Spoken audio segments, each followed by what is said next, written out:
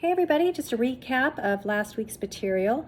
I know that Charles Mills and Carol Pateman can be a bit challenging to get through. Their writing is sometimes a little bit difficult to follow.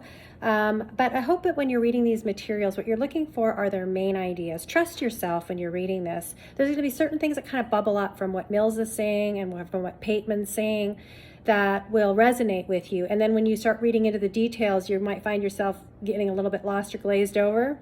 So trust those bubble ups that are coming to the surface when you're reading their materials, and you'll find that the messages are pretty clear. Mills is criticizing the social contract, looking at it through a racial lens.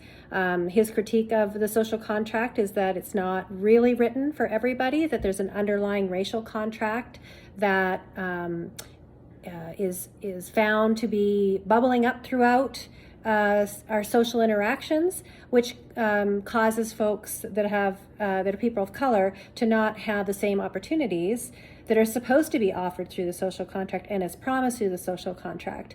If you watch the Trevor Noah video, he does a very accessible way of explaining through the incident of Black Lives Matter, not the incident, but rather the organization of Black Lives Matter and the incident that happened to George Floyd as an example of how the social contract has failed Black people.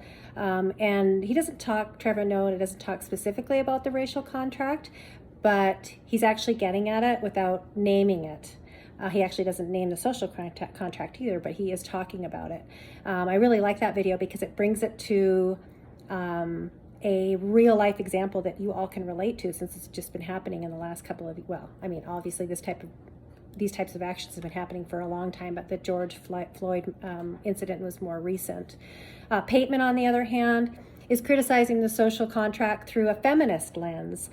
She argues that the social contract was built and created at a time when women didn't even have any say, and many of the commonsensical type things that we accept as a reality in our life is actually not taking into consideration a feminist perspective, and in actuality harms women. And a lot of the patriarchal type of ideas that we have in our society are embedded in the social contract, and specifically she would call it the sexual contract. And therefore the social contract fails women, much like Mills talks about it failing people of color. So that's the overall general themes behind those two readings. They do go into a little more detail. I'd like you to give it a shot and try to read in a little more detail. I'm giving you a very, very broad overview of those two theories.